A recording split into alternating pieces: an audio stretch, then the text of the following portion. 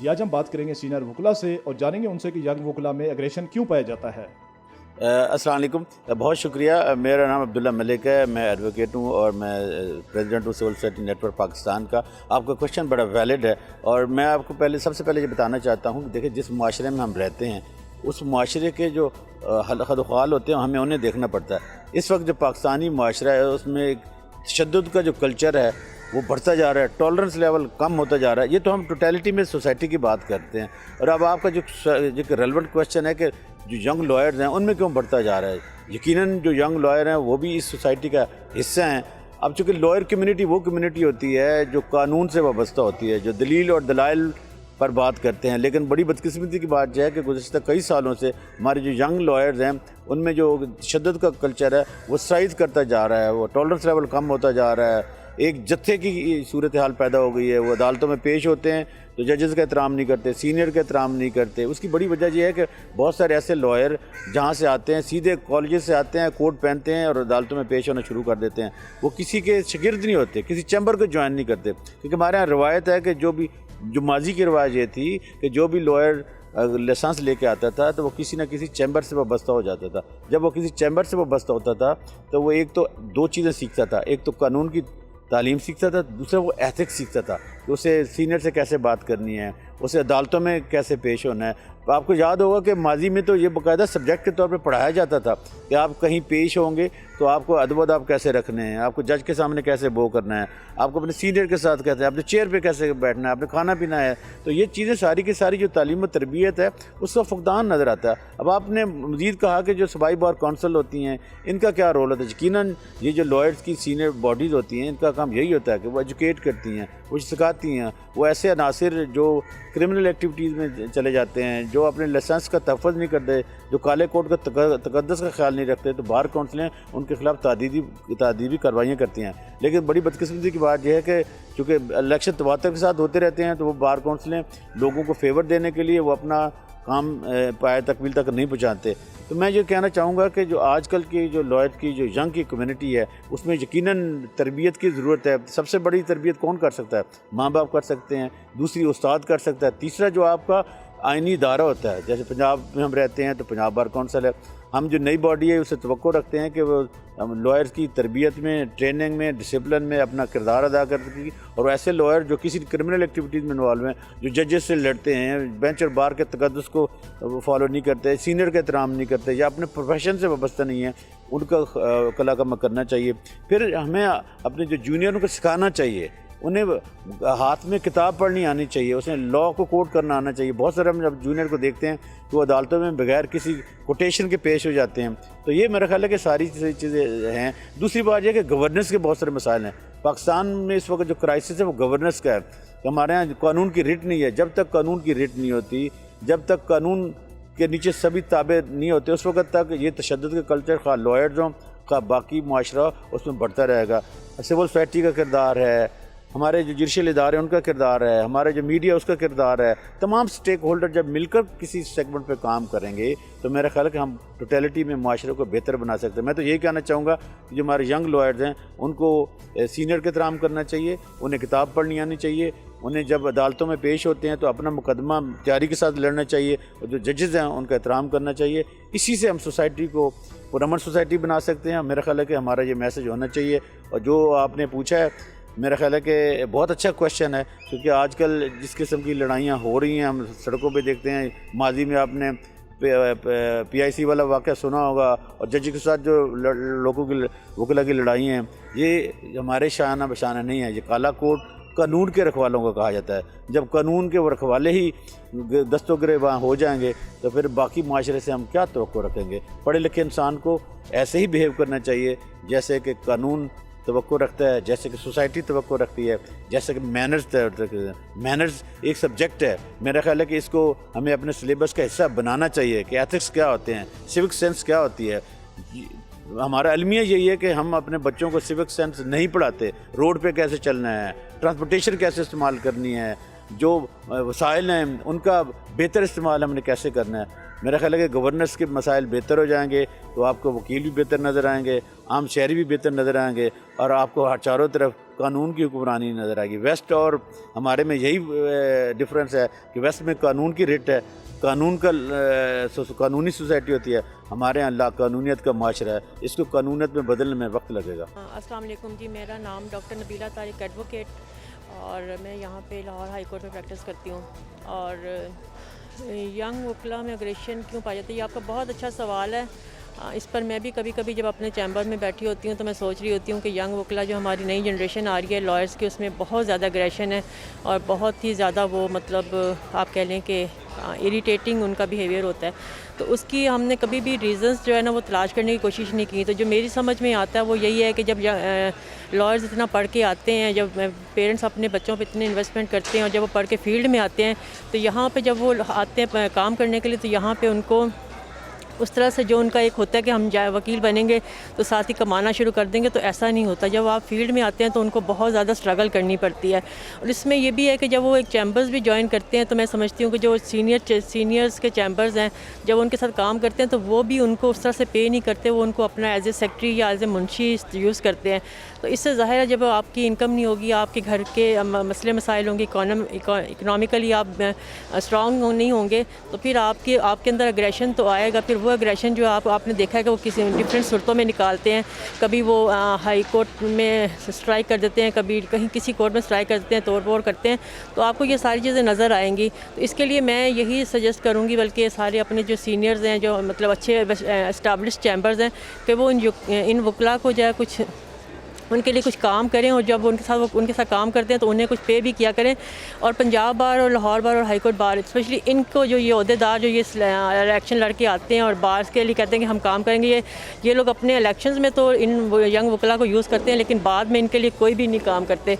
तो मेरी उनसे भी रिक्वेस्ट है कि वो इनके लिए ज़रूर काम करें और इनके फ्यूचर को सिक्योर करें। मेरा नाम जी ताहिर मुनीर मलिक है, मैं साबिका secretary Lahore high court bar हूँ।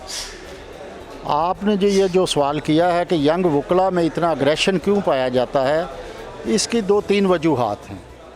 सबसे पहली वजह तो यह है कि वो एक एज ही अग्रेशन की होती है, उनका एक गर्म खून है, अग्रेशन है, नौजवान है, वो कई चीज़ें बर्दाश्त नहीं कर सकते और फौरी उस पर अपना रिएक्ट करते हैं। दूसरी चीज़ उसमें यह है कि यंग जनरेशन और जो सीनियर्स हैं बार के मेंबरान, सीनियर उस्ताद जिनको कहते हैं, उनके दरमियान बहुत बड़ा गैप आ गया है।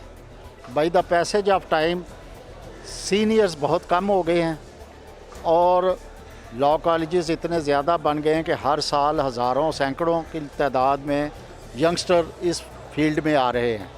उनके लिए इतनी जगह सीनियर्स के चैम्बर्स में नहीं है कि वो उनको बैठा सकें, उनकी ग्रूमिंग कर सकें, उन्हें सिखा सकें।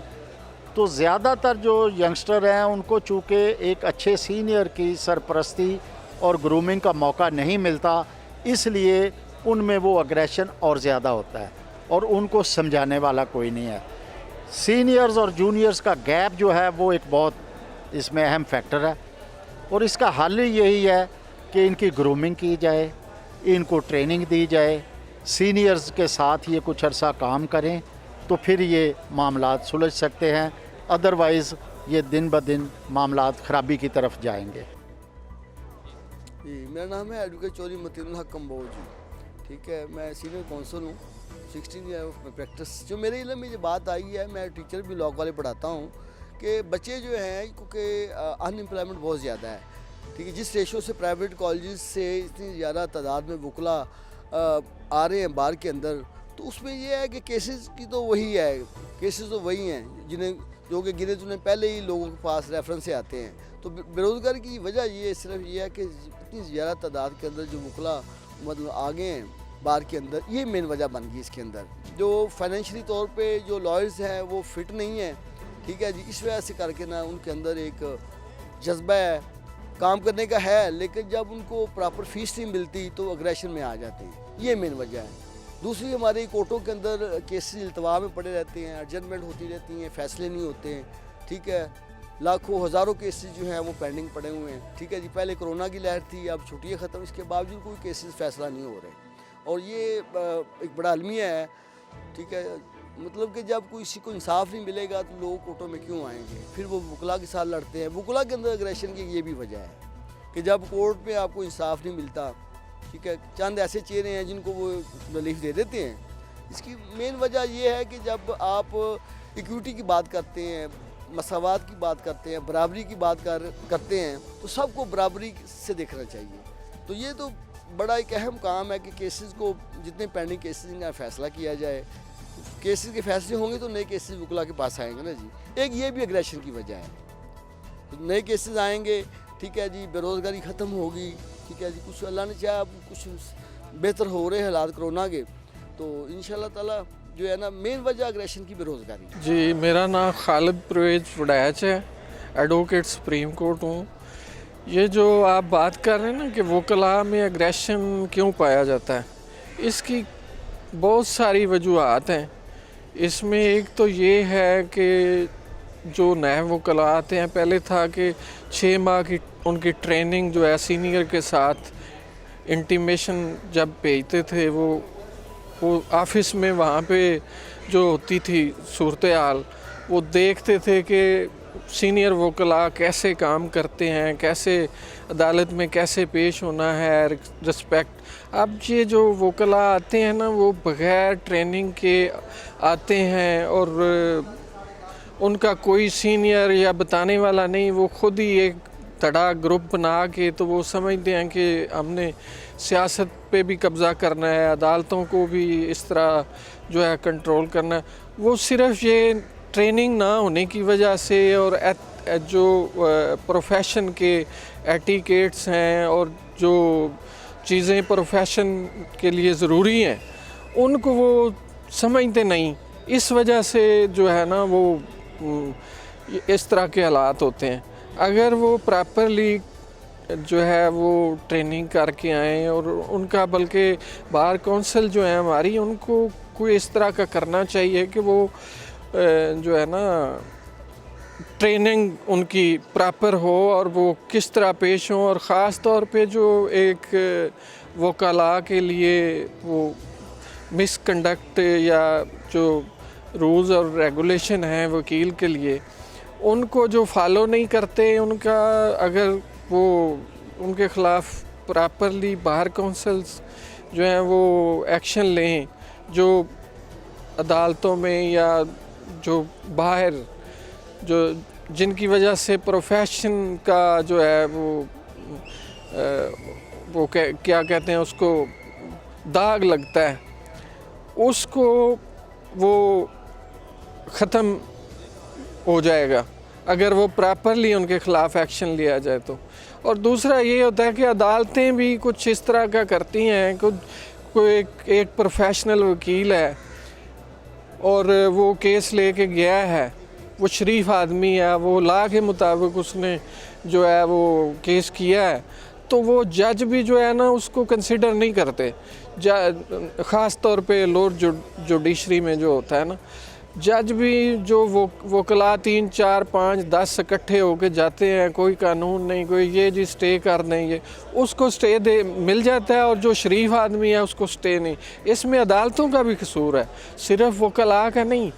और वो एग्रेशन इसीलिए है वकीलों में कि ये जो इस तरह की सूरत हाल में हमें रिलीफ मिल जाएगा, अगर हम कानून के मुताबिक गए तो हमें किसी ने पूछना नहीं। इसी वजह से ये तड़ेबंदियाँ और जत्थे और ये सिलसिला जो है ना वकीलों में शुरू हुआ है। अगर ये सारे काम वकील भी और अदालतें भी जो प्रॉपरली करें, और जो प्रोफेशनल है, जो एक कानून के मुताबिक तैयारी करके गया है, उसको अगर अदालतें रिलीफ देना शुरू कर दें, और जो धड़े बना के या जो जत्था बना के जाते हैं उनको, वो अगर उनका केस बनता है तो ठीक है, नहीं बनता तो उनको रिलीफ ना दें। अगर उनका नहीं भी बनता उनको रिलीफ दे देते हैं, और एक शरीफ आदमी का बनता भी है नहीं रिलीफ देते। इस वजह से वो वकील समझते हैं इस तरह ही रिलीफ मिलना है, तो वो ज़्यादा जो है वो जज्बाती और एग्रेशन और इस तरह की सूरत हाल होती है। मैं तारक अवान हूँ, नायब सदर लाहौर बार भी रह चुका हूँ, सदर भी रह चुका हूँ, सुप्रीम कोर्ट बार का भी अहदेदार रह चुका हूँ। जो आपका क्वेश्चन ये है कि यंग लॉयर जो है, यंग लॉयर के लिए बड़ी ट्रेनिंग चाहिए कम से कम 10-15 साल, या इन लोगों को प्रॉपर लेक्चर देने चाहिए कि इस तरीके से जब आप काला कोट पहनते हैं तो इस तरीके से चलना चाहिए, ना कि आप वो जो प्रीवियस जो इनकी लाइफ है उसी के ऊपर आप डिपेंड करें, उसी के ऊपर लड़े, उसी के ऊपर तड़े, ये चीज़ें होती हैं। तो वो इनको सबसे पहले पढ़ाई के ऊपर करना चाहिए, सबसे पहले मुकदमात को देना चाहिए। तो वो जब ये मुकदमात की तरफ पूरे आ जाएंगे, उसके ऊपर मेहनतें करेंगे, ऑटोमेटिकली ये फिर अब उस लाइन पे आ जाएंगे कि झगड़ना नहीं है और सिर्फ काम ही करना है और काम कानून के मुताबिक करना है। मेहरबानी। जी, हम शुक्रिया अदा करते हैं अपने सीनियर वकला का कि उन्होंने अपने एक्सपीरियंस की बेस पर चंद अहम नुकात पर तवज्जो दिलाते हुए कहा कि यंग वकला का पहला असूल अपने सीनियर्स वकला का अदब व एहतराम करना है, ताकि सीनियर्स भी दिलजोई के साथ अपने तजर्बात डिलीवर कर सकें। उनका मजीद कहना था कि बार कौंसल वकला की ट्रेनिंग प्रोग्राम्स और प्रैक्टिकल वर्कशॉप का इनेकाद करके यंग वकला को एक अच्छा प्रोफेशनल लॉयर साबित कर सकती है। जी।